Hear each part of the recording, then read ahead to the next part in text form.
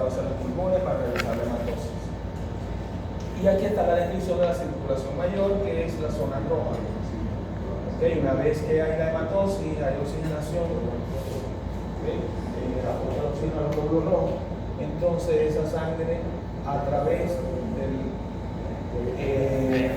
se inicia la circulación mayor, es enviada por el corazón izquierdo posterior en los cuadrúpedos hacia los testículos a través del tronco aórtico.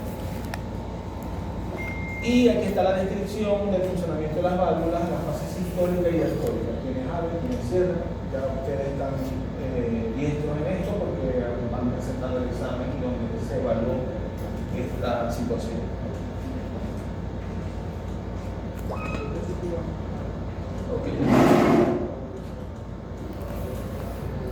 Ok, vamos a comenzar entonces con la fisiopatología. ¿Qué es gasto cardíaco? El gasto cardíaco, por supuesto, tiene su fórmula y es la cantidad de sangre expulsada por cada ventrículo en una cantidad de tiempo. Es ese proceso mediante el cual el corazón recibe sangre y esa sangre es inyectada en un tiempo determinado. Eso es lo que significa gasto cardíaco. Las contracciones del ventrículo del corazón impulsan la sangre interior de las arterias hacia el interior de las arterias con fuerza considerable. Ya vamos a explicar de dónde viene esa fuerza. ¿Y cómo se obtiene el gasto cardíaco? Volumen sistólico, que un mamífero vale 50-90 ml, o sea, es la cantidad de sangre que los ventrículos pueden recibir. ¿Sí? Normalmente en humano es de 80. ¿Okay? Y se multiplica por la frecuencia cardíaca. Eso es el gasto cardíaco. Existen una serie de factores que determinan su funcionamiento, expresándose en el gasto cardíaco, o sea, aumenta, disminuye, ya vamos a ver cuáles son. Y son estos 5 aspectos, factores, van a incidir, van a afectar el gasto cardíaco. Si para que sea normal, o el gasto cardíaco está aumentado o disminuido. La primera, la precarga, se refiere a la capacidad de los ventrículos de distenderse, dilatarse. Y eso se observa en la diástole. Es la tensión en la pared ventricular al final de la diástole. Esa capacidad de la miofibrila de poder elongarse para recibir la mayor cantidad de sangre desde los pulmones. Entonces, imagínense una liga que ustedes deciden, ¿verdad? Así es la miofibrila también, cardíaca.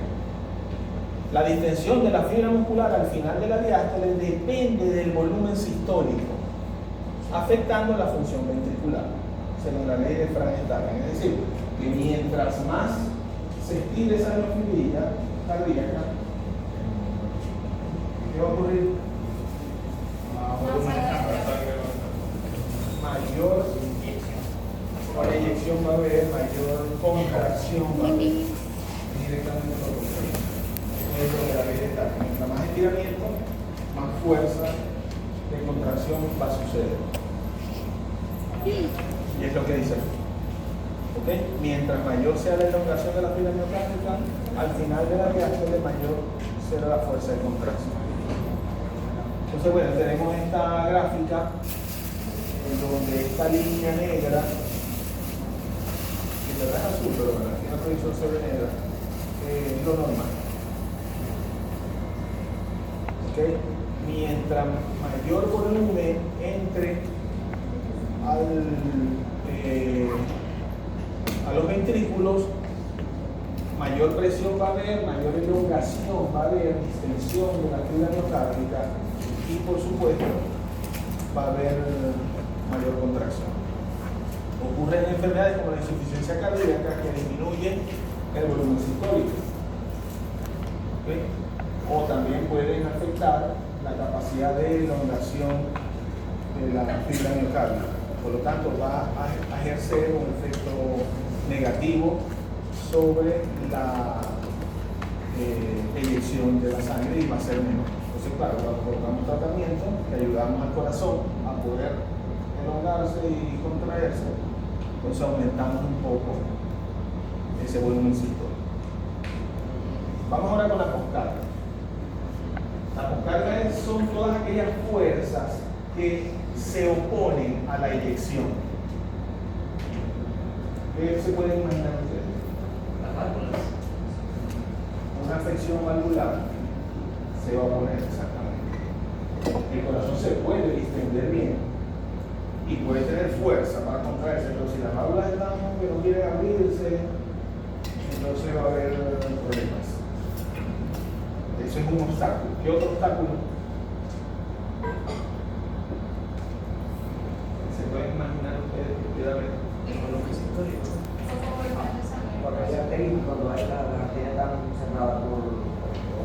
Exactamente. Obstrucción en las arterias, arteriosclerosis, puede ser. Hay también estrechez congénita de arterias importantes, las principales que están cerca del corazón. Digamos, creo que es lo mismo, coartación de la aorta, una patología congénita que hay en donde el trombótico permitivo está estrecho. Y entonces, claro, eso es una posición, una fuerza opuesta que lo va a ocurrir ahí. ¿Qué otra?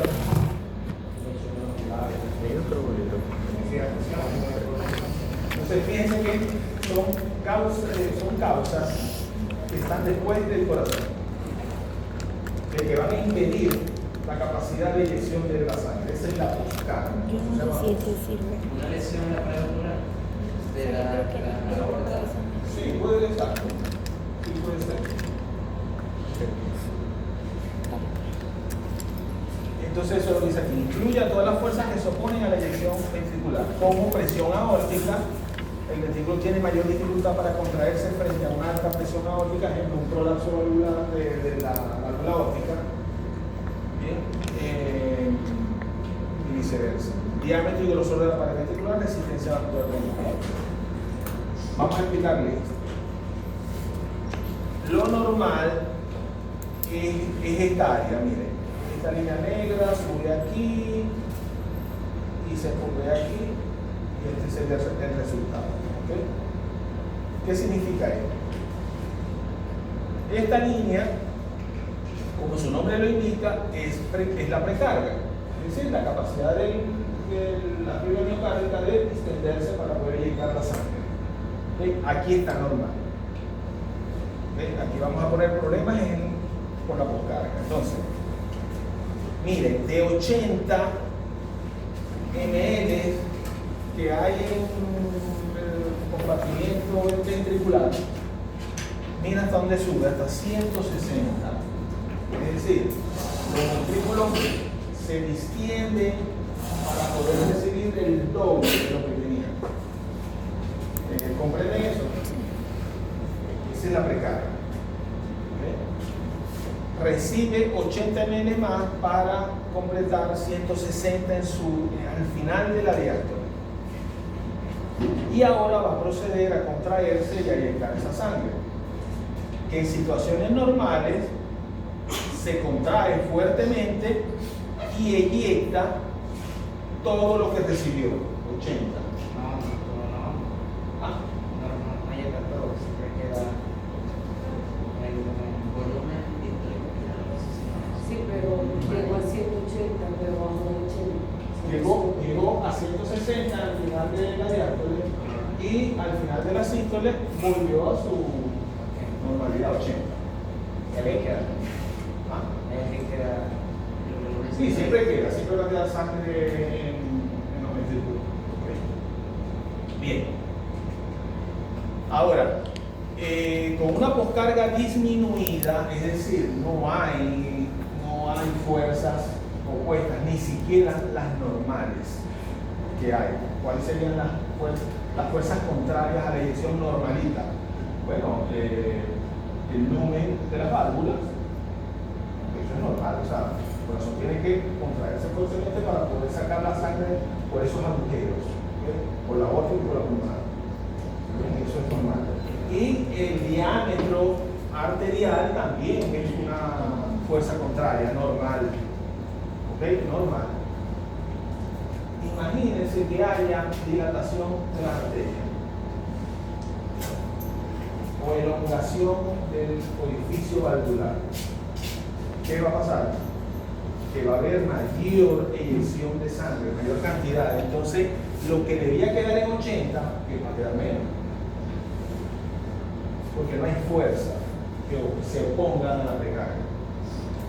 Entonces, por eso es que en este caso de poscarga disminuida, se vacía mucho más los ventrículos, mucho más porque no hay fuerzas que lo pongan. Entonces llega hasta 60 quizás. Caso contrario ocurre cuando hay fuerzas, cuando la poscarga está aumentada, cuando hay fuerzas que se oponen, que ya lo mencionamos. Prolapso de las válvulas, inflamación de la aorta, arteriosclerosis, vasoconstricción.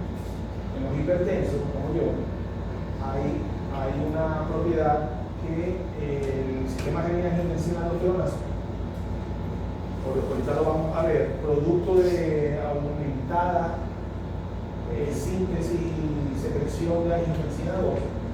¿Qué función tiene la angiotensina 2? Activar la producción de aldosterona. Sí, y además Tiene que ver con la tensión vasoconstrictora. Entonces mantiene el sistema arterial contraído. Entonces que sube la tensión arterial. Entonces ponen bloqueadores de angiotensina 2.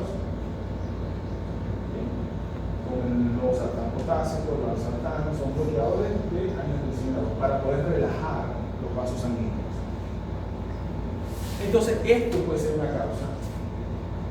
Altos niveles de angiotensina 2, vasoconstricción arterial y es una poscarga aumentada. Entonces, ¿qué es lo que hace? Bueno, el corazón se distiende normalmente, recibe la sangre correspondiente, que son 80 ml más para 160, pero necesita contraerse fuertemente porque tiene un obstáculo adelante que le impide. Entonces, la capacidad de contracción, fíjense cómo sube de aquí a aquí por el esfuerzo de contracción. Y por supuesto, la eyección es poca, no logra vaciarse. El ventrículo no logra vaciarse por completo y queda la capacidad de eyección o la fracción de eyección es cortica y queda mucha sangre en los ventrículos. Aquí se vació como hasta 130. Exactamente.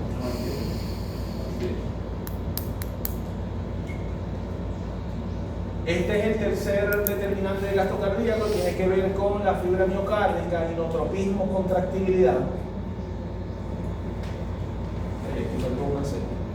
Capacidad intrínseca del músculo cardíaco contraerse en contra de una carga, ya sea producto de la frecuencia cardíaca, la precarga o la poscarga, después de su activación eléctrica. Entre mayor presión pueda generar el corazón a un volumen determinado, mayor será su inotropismo. Como dije, mientras más efecto positivo tenga el ventrículo, la fibra miocárdica, de poder elongarse y contraerse, entonces esa miofibrila cardíaca va a tener esa oportunidad de poder responder a las causas.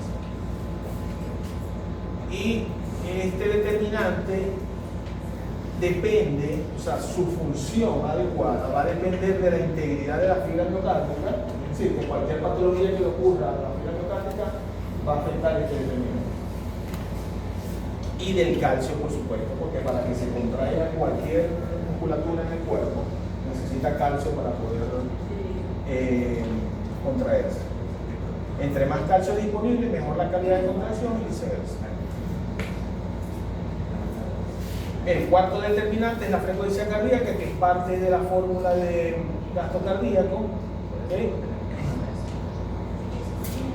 Con aumentos progresivos de la frecuencia cardíaca se ha observado un aumento escalonado de la contractibilidad o inotropismo. ya lo vimos cómo la frecuencia cardíaca afectaba el inotropismo. ¿Okay? Aquí está. Y vamos a explicar esta tabla. ¿Okay? Aumentos de la frecuencia cardíaca de alrededor del 60%. Es decir, si un mountain, el rango normal de la frecuencia cardíaca de un bovino, ¿cuánto es? ¿Cómo? Rango normal de la frecuencia cardíaca de un bovino. De 80 a 120. Otra respuesta. 160 más o menos, me acuerdo que una vez Chupina dijo que eso era patológico. Otra respuesta. ¿Qué más? 68. Ah, 68, yo 160. Tenía taquicardia. Haga una tablita, perrito, 80 a 120. Roñacha de 60 a 80. Equinos, 38 a 42.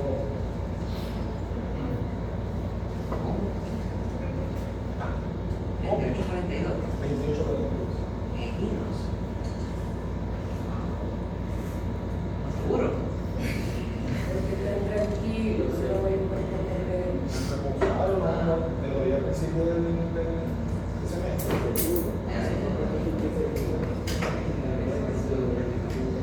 Ok, entonces, 60% aumentado está. Es decir, que si el mountain tiene 60 latidos por minuto, aumentaría 36, ¿verdad? Más. Es decir, que está en 96. Pero vale 60 80. Es decir, que está aumentado. Tiene taquicardia. El mountain tiene taquicardia. Aumentó el 60% de su frecuencia cardíaca. ¿Qué es lo que pasa? Que el gasto cardíaco es igual, no se altera. Esa capacidad del corazón de poder eyectar volúmenes de sangre determinados en una unidad de tiempo no se va a alterar. ¿Por qué no se va a alterar? Porque el volumen, o sea, como para mantener el equilibrio, el volumen latido disminuye proporcionalmente. Entonces, claro, como es un factor multiplicante entre ellos dos, si uno aumenta y el otro disminuye, el resultado va a ser similar. O sea, uno va a contrarrestar al otro, exactamente, pero hasta cierto punto, como vemos en la gráfica. ¿Okay? Cuando llegamos a un 80% o más del aumento de la frecuencia cardíaca, allí sí no va a haber, es tan rápida la distensión y contracción que está ocurriendo allí, que no va a dar oportunidad que se vacíe el corazón. O sea, está volviendo con poquita sangre hacia el sistema circulatorio. ¿Okay? Ahí el gasto cardíaco se va a disminuir por escaso tiempo de la diástole, impidiendo el llenado adecuado.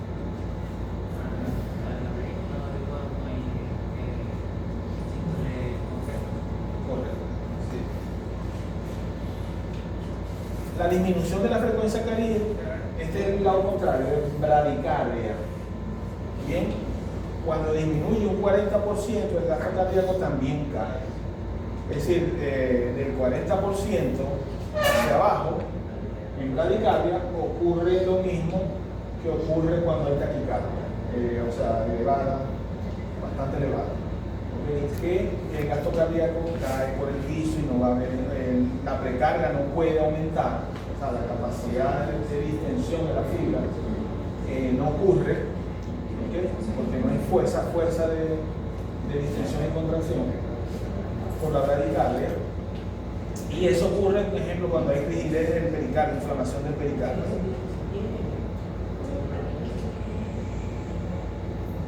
Y terminamos con la distensibilidad. Distensibilidad es capacidad de la fibra notárica de distenderse, de dilatarse. Por lo tanto, tiene compatibilidad con otro determinante del gasto cardíaco, que es la precardia. Pregunta de Sandra. ¿Ves? Aquí lo tienen. Entre mayor sea la distensibilidad de una estructura, estructura, mayor será su capacidad de recibir volumen, sin modificar mayormente su presión. Ya lo habíamos hablado al precardio. Mientras más capacidad tenga la pierna carga de distenderse, mayor volumen va a recibir. Y aquí está la explicación. En la parte normal, en distensibilidad disminuida, hay mucha mayor presión, por lo tanto hay menos volumen que se recibe. Y cuando la distensibilidad está aumentada, hay menos presión y hay mayor volumen. Ok, comenzamos con las patologías cardíacas. Cardiomegalia, escuchar el término, ¿verdad? Patológica. Aumento del tamaño del corazón. Y normalmente se diagnostica con una radiografía. Ahí vemos que entonces ocupa más espacio de lo normal, más espacio intercostal de lo normal. ¿Bien? Hipertrofia cardíaca es la respuesta normal frente a un aumento de la carga de presión, generando esa hipertrofia de las fibras individuales. Corte sagital del corazón, ventrículo posterior izquierdo, ventrículo anterior derecho, miren ese engrosamiento del. Así es. Hipertrofia ventricular, ya estamos especificando ya en dónde está la hipertrofia, grosor del miocardio. Normalmente aquí están poniendo un ejemplo de sobre prolapsos valvulares o engrosamiento valvulares, que es una postal. Entonces, por supuesto, como dijiste tú, el corazón por compensación, como consecuencia, se hipertrofia. La fibra miocardial se hipertrofia. Ok, esto es normal y esto es patológico. ¿Okay? Localización y diámetro normal de la tráquea, cervical y torácica. Miren cómo es. Paralelo a la columna. Esto es un perrito, si mal no recuerdo. Ajá. Entonces fíjense las vértebras torácicas y la tráquea. Bien, están paralelos. ¿Sí? Cuando ocurre cardiomegalia, perdón, están, no, paralelos no. Están paralelos aquí, paralelo es patológico, porque asciende la tráquea producto del aumento de volumen del corazón. Hacen una forma triangular. ¿Okay? Cuando hay cardiomegalia, aquí está 1, 2, 3, en este caso 3 espacios intercostales. Pero aquí aumenta. ¿Okay? Tenemos 1, 2, 3, 4, 5, 6. Entonces, ¿qué es lo que pasa? Que desplace dorsalmente la tráquea. Y aquí sí la pone paralela a la columna. ¿Okay? Es como para diagnosticar la cardiomegalia en radiografía. Y bueno, cuando hay un incremento en la carga de volumen sanguíneo, o por otra parte, otra causa, incremento en la poscardia, entonces la fibra miocárdica se va a hipertrofiar, que va a haber cambios estructurales. ¿Qué es insuficiencia cardíaca? La incapacidad del corazón de cumplir la presión necesaria para enviar la sangre al cuerpo. Exactamente. Resulta de cualquier trastorno, estructura funcional del corazón con incapacidad de llenar o bombear sangre en los volúmenes adecuados para satisfacer las demandas del metabolismo tisular. Puede ser provocado por problemas del miocardio, también problemas neurales, ¿okay? Descontrol en el ritmo y frecuencia cardíaca, y por exceso de trabajo cardíaco. Estas son las causas en líneas generales que pueden provocar una insuficiencia cardíaca.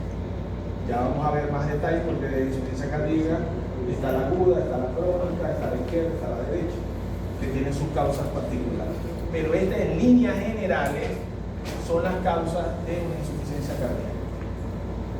Problemas en el miocardio, problemas en el sistema de conducción eléctrico y exceso de trabajo cardíaco. sobre ejercicio en los animales deportistas o Una taquicardia prolongada, crónica. sí, una caminata prolongada que ocurre mucho en estudiantes. Que los animales muchas veces tienen que caminar para buscar qué comer todos los días. Se divide en dos, la aguda y la crónica. La crónica se denomina congestiva también. Insuficiencia cardíaca congestiva. Vamos con la aguda.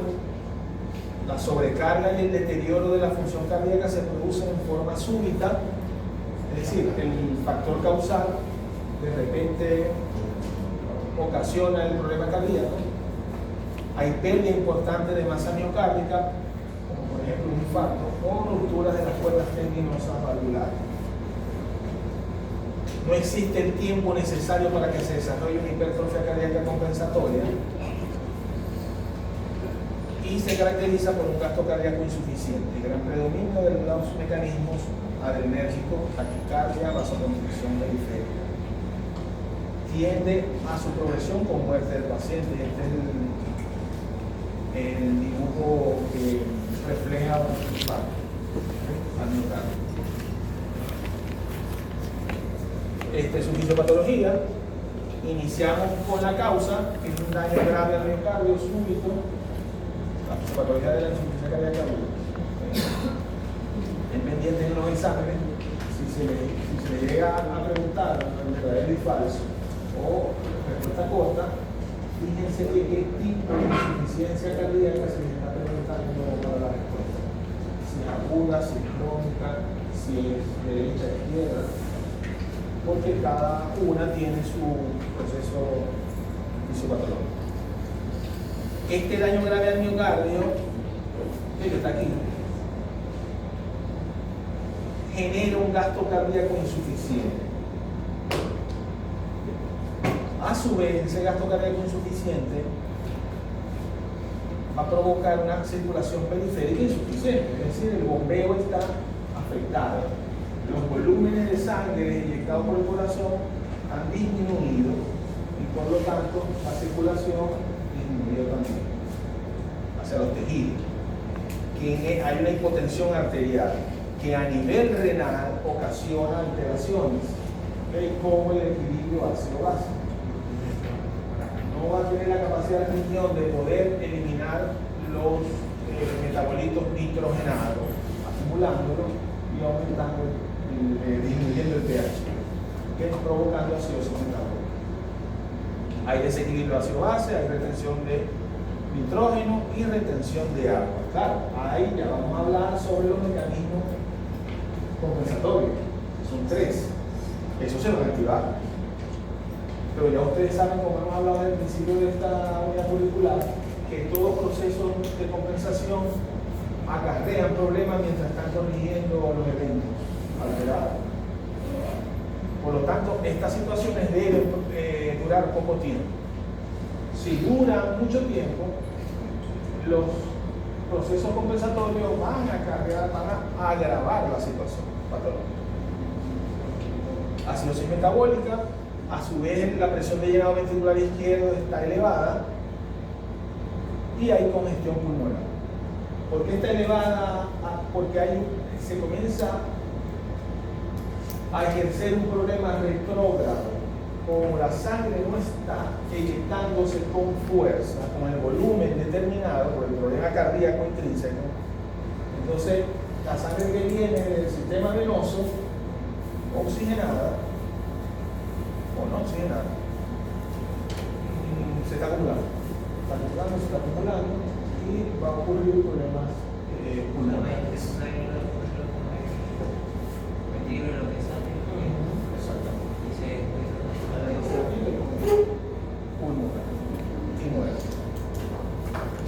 Aquí estamos con la insuficiencia cardíaca crónica o congestiva. Se genera como producto de una enfermedad del endocardio, miocardio o pericardio, que interfieren con el riego sanguíneo hacia o desde el corazón o que deterioran la función del miocardio. Entonces tenemos las enfermedades valvulares como causa. ¿Okay? Todas estas enfermedades valvulares son estas que están aquí. Las enfermedades del miocardio, enfermedades del pericardio, que con esta es que vamos a finalizar la clase, por pulmonares, hipertensión y defectos congénitos del cortocircuito. Estos son los signos clínicos de una insuficiencia cardíaca crónica o congestiva. ¿Qué es esto? La yugular. La yugular. ¿Y qué está ocurriendo ahí? Que ya no va a estar en el examen anterior. Una congestión. Distensión. Pulso venoso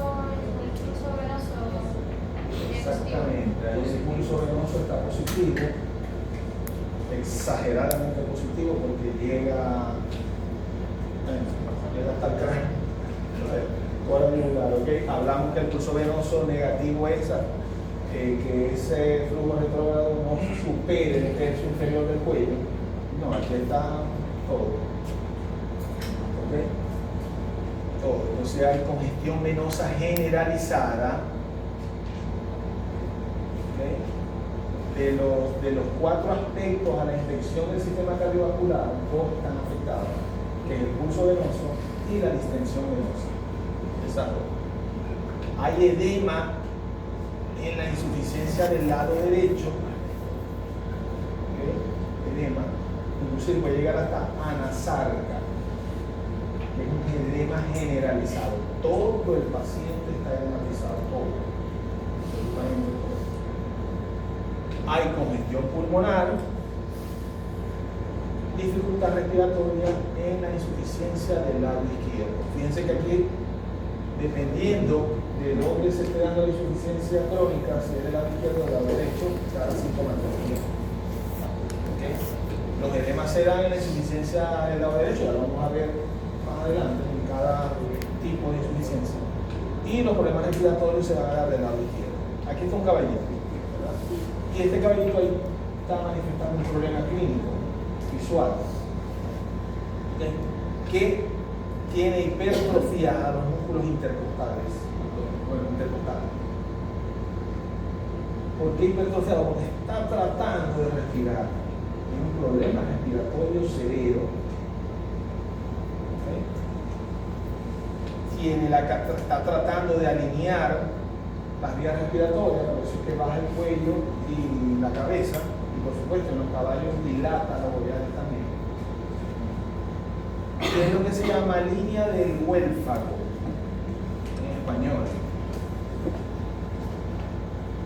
o línea de esfuerzo, hipertrofia de los músculos oblicuos y rectos abdominales externos. Miren esta situación, aquí estamos. Es un problema de un problema clínico de insuficiencia respiratoria, o sea, sí. Bueno, en este caso ya hay insuficiencia cardíaca y respiratoria. En inglés es debido al mayor esfuerzo requerido para respirar. Aquí tuvo un caballo enfermo, pues no lo clonaron, estaba enfermo. Lo retiraron de las actividades que hacía el caballo, porque ya era crónico el problema respiratorio. Y duró. O sea, él se comía mal, se recuperaba con tratamientos de sostén, con mantenimiento. Duró unos cuantos años, posiblemente más de 5. Yo creo que él se terminó moviendo con la crisis. Después del 2014, por ahí, que todo se vino abajo. Él ahí es donde, claro, se disminuyeron las atenciones también.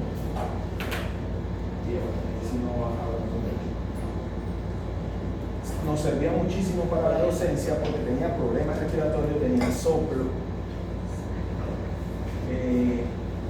Inclusive había semestres en donde estaba como, entre comillas, como sano, se le escuchaban algunas cositas, se le veían algunas alteraciones, pero había semestres que sí estaban por el piso, los problemas respiratorios, secreciones, no podía respirar. Entonces aprovechamos y escuchamos todas las cosas. Y en estos casos esto es se genera el síndrome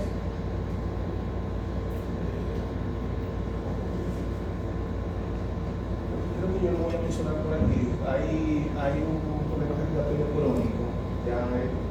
avanzado y que no hay tratamiento como tal, o sea, como para retornar a la salud. Enfermedad respiratoria obstructiva crónica, enfermedad pulmonar obstructiva crónica. Ya esos son casos ya avanzados, ya que hay que desahuciar, lo que es que le prestas atención lo que vaya necesitando. Antibióticos, dilatadores, respiratorios, tratar de alimentarlo no con alimentos que levanten polvo, sino húmedo. Y así, el dolor aquí bastante se ponía flaco porque se enfermaba, pero se recuperaba los meses y entonces estaba unos meses bien, se engordaba todo. Ok, la fisiopatología de la crónica congestiva, esta que estamos hablando, hay una capacidad del corazón para cumplir con las demandas, ¿okay? Los mecanismos compensatorios, que son los hemodinámicos, los renales y los neurohormonas humorales, se activan para tratar de mantener el equilibrio cardiovascular. Pero, como ya dijimos, ellos también van a ocasionar deterioro cardíaco y vascular. Ok, aquí está la activación del sistema simpático, renina, angiotensina, aldosterona. Simpático por un lado y renina, angiotensina, aldosterona por otro lado. La arginina, vasopresina y algunos neuropéptidos también se activan para poder entonces generar estos efectos, vasoconstricción que se necesitan porque en la congestiva todos los anillos están dilatados. Entonces va a haber efectos de vasoconstrictores, mitogénicos, ¿okay? De replicación celular y antinatriuréticos. ¿Qué significa eso? Antinatriuréticos.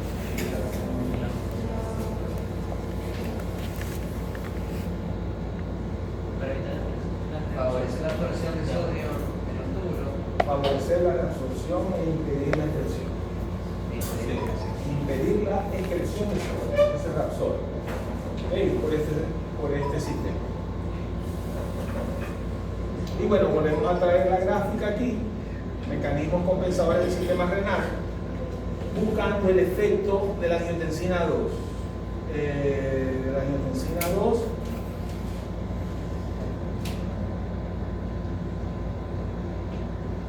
exacto, para la absorción del sodio, ¿okay? Y por otro lado la vasoconstricción, que es lo que queremos en verdad, la vasoconstricción y la reabsorción de sodio y agua para aumentar la bulimia. Los mecanismos compensadores del sistema nervioso autónomo también tienen su efecto positivo y es para la síntesis y liberación de norepinefrina, que ya va a producir vasoconstricción y taquicardia. Fíjense que son efectos que se requieren que estén presentes, por eso es que estos mecanismos se activan. Vasoconstricción, aumento de la frecuencia cardíaca, liberación de renina también, o sea que este mecanismo estimula que aparezca el primer mecanismo que vimos del sistema renina-aldosterona. Aumentar la frecuencia cardíaca y la fuerza de contracción e incrementa el gasto cardíaco. Y el tercer mecanismo, compensadores hemodinámicas, así se llama.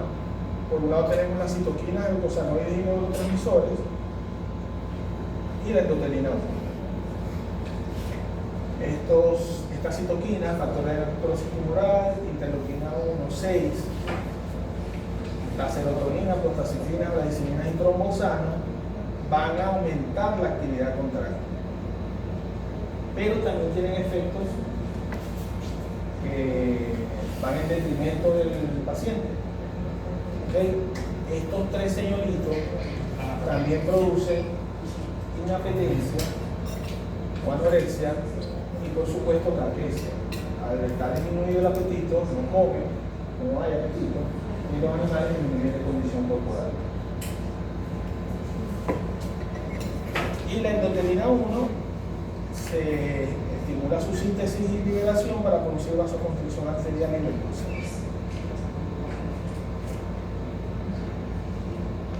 Ok, esta es la insuficiencia cardíaca anterior o derecha. Bien. El aumento de la presión venocapilar pulmonar se traducirá con el tiempo en un aumento de la presión en la aurícula y ventrículo derecho, causando falla ventricular derecha y por lo tanto acumulación de la sangre venosa en el sistema venoso corporal. ¿Okay? Se manifiesta por disminución del gasto del ventrículo derecho, congestión venosa en la circulación sistémica y numerosos cuadros de edema. Cuando se presenta esto es que se da el pulso venoso positivo.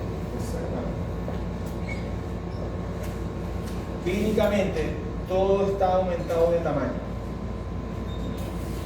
Con la congestión. Exacto. ¿Qué llamo todo? Bueno, los grandes órganos, esos órganos cuando se afectan, problemas circulatorios, o sea, cuando el hígado está afectado, los riñones están afectados, los pulmones. Pero en este caso es hígado, vaso, riñón y gastrointestinal. Todos están aumentados de tamaño. Hay hepatomegalia, esplenomegalia, congestión renal, congestión gastrointestinal. Las causas de esta insuficiencia cardíaca anterior o derecha: enfermedades pulmonares. Profesor, ¿puede empezar un momento?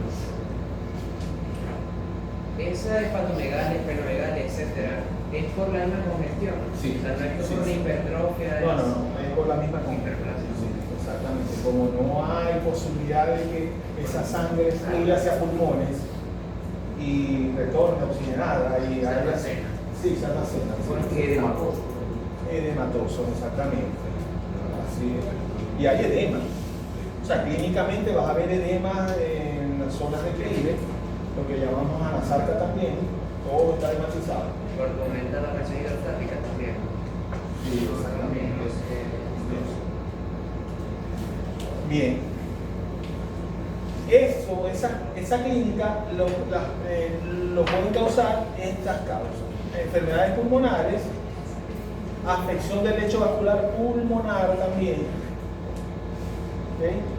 Insuficiencia de la válvula tricúpide o pulmonar grave, que son las que están involucradas en el corazón derecho. Por eso es que se mencionan ellas dos. ¿Okay? Si ustedes están bien ubicados en dónde está cada válvula, ustedes van a poder decir, si yo les pongo la insuficiencia cardíaca anterior o derecha es causado por mitral, aórtica, le van a decir falso.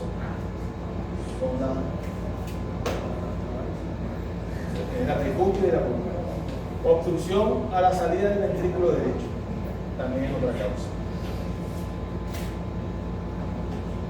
Más signos clínicos: intolerancia al ejercicio, fatiga, hipotensión arterial sistémica, distensión venosa auricular, hepatomegalia congestiva, disfunciones pleurales, ascites, anasarca, edema en zonas de crisis. Y bueno, está lo que tú dijiste de la presión hidrostática, está alterada según la ley de estática.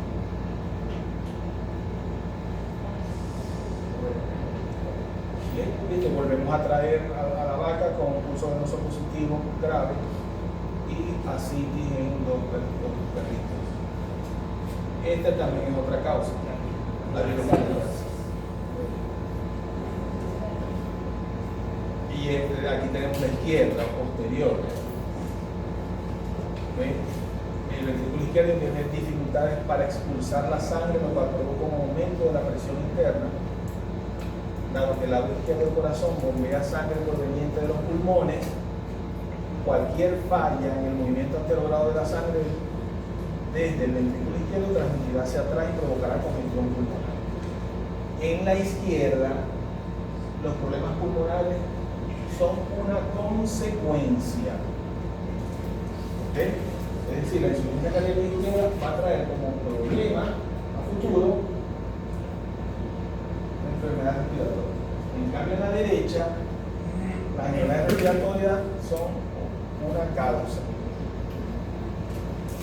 ¿Sí comprenden eso? El aumento de volumen y presión diastólica del ventrículo izquierdo, que se opone al vaciamiento de la aurícula izquierda, incrementa la presión venosa pulmonar. Bueno, está explicando esta congestión pulmonar. Este párrafo explica la congestión pulmonar.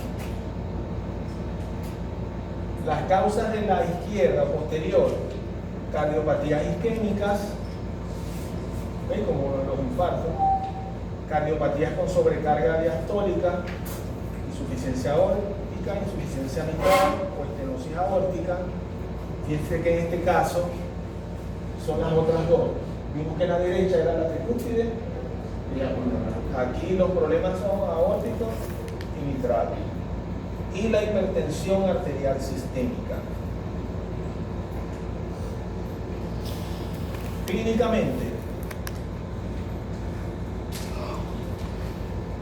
consecuencias, problemas respiratorios.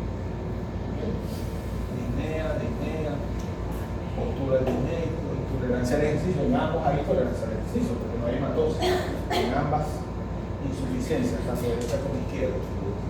Edema pulmonar, depresión, desorientación, diaforesis o hiperhidrosis, extremidades frías en el reposo. Pero en líneas generales, los problemas serios son del respiratorio. Y es muy común ver a los animales en postura del disneico. Ok, y por último tenemos el cor pulmonario. Cambios en la estructura y función del ventrículo derecho como consecuencia de un desorden respiratorio. Este cor pulmonario inicia como si fuera una insuficiencia cardíaca izquierda. La causa es un problema respiratorio, inicia con un problema respiratorio que va a desencadenar entonces en cambio en las funciones del corazón derecho, específicamente los ventrículos, que produzca hipertensión arterial en la arteria pulmonar. Y por supuesto se va a desencadenar un problema de congestión del lado derecho. La hipertrofia del ventrículo derecho es el cambio principal en el cor pulmonar crónico. La hipertrofia, si ustedes logran diagnosticar la hipertrofia, entonces ya ahí eso está avanzado. ¿Okay? Y la dilatación del ventrículo se da en los casos agudos del cor pulmonario. Ambas consecuencias de una incrementada presión en el ventrículo derecho. Entonces, cor pulmonar crónico está relacionado con hipertrofia del ventrículo derecho y cor pulmonar agudo en dilatación del ventrículo derecho. Las causas: cambios vasculares como resultado del tejido dañado, enfermedades inflamatorias, hipoxia, agentes químicos, vasoconstricción pulmonar, hipoxia crónica.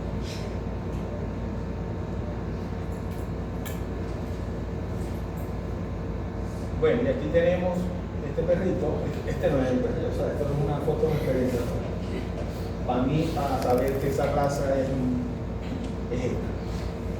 Y bueno, completa para nosotros. Bueno, fíjense, ¿qué está ocurriendo aquí? Lo que vimos al principio. La tráquea paralela a la paralelización de la tráquea, ¿verdad? O desplazamiento dorsal de la tráquea. Producto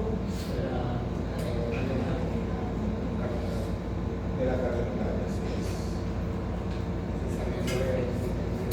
1, 2, 3, 4, 6, 7. Cardiomegalia. Y en una dorsoventral, creo que es esta, dorsoventral, desplazamiento.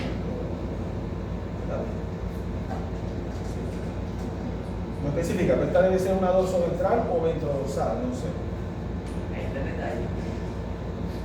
Ya va, esto es izquierda, ¿verdad? Sí, ventral, por el vértice del corazón. Exacto, izquierda, derecha. El vértice. O sea que es una ventrodorsal. Está boca abajo. La boca arriba. La boca arriba. Ventrodorsal. Hipertrofia del Entonces, ¿qué están señalando aquí? ventrículo derecho. La D invertida. Esto es como como un hallazgo patognomónico, un hallazgo radiográfico típico, específico de esta patología. La D invertida del corazón derecho o anterior. D invertida. Cuando ocurre esto, por supuesto, a partir de una cardiomegalia, entonces hay, bueno, y ahí dicen que hay fibrosis pulmonar aquí en la A, por los radiopacos del campo pulmonar. Esto debe ser negrito,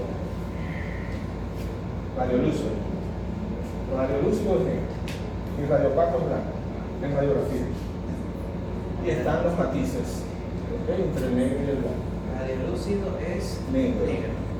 Los pulmones, el aire Radiolúcido. es radiolúcido. Se debe ver negro, no del todo negro, ¿no? Porque están los broncos, bronquíolos, esas ramas del árbol respiratorio, que eso lo hace radiopaco. Y los líquidos, la sangre. Radiopaco. La sangre, profe. La sangre es radiopaco o radiolúcido.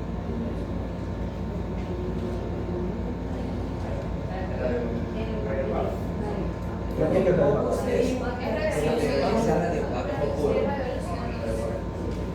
Yo creo que es radiopaco. Pero radiopaco es que se podía ver. Por eso, por la sangre. Bueno, todo se ve, el negro se ve y el blanco se ve. Líquido es.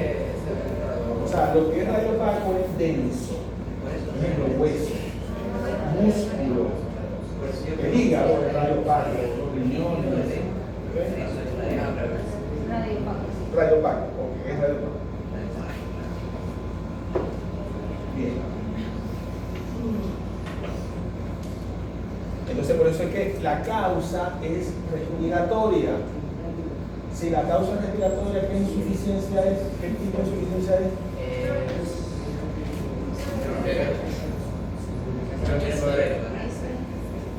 No, porque la causa.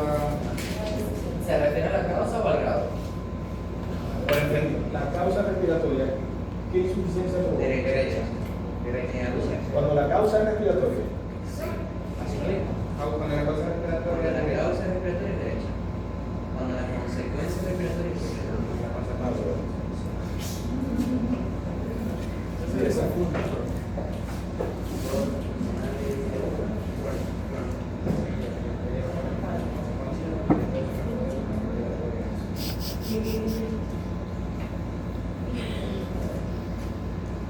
Estamos en la izquierda.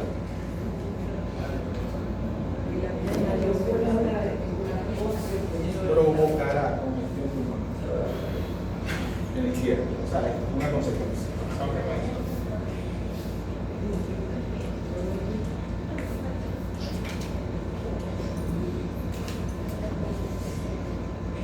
Ok.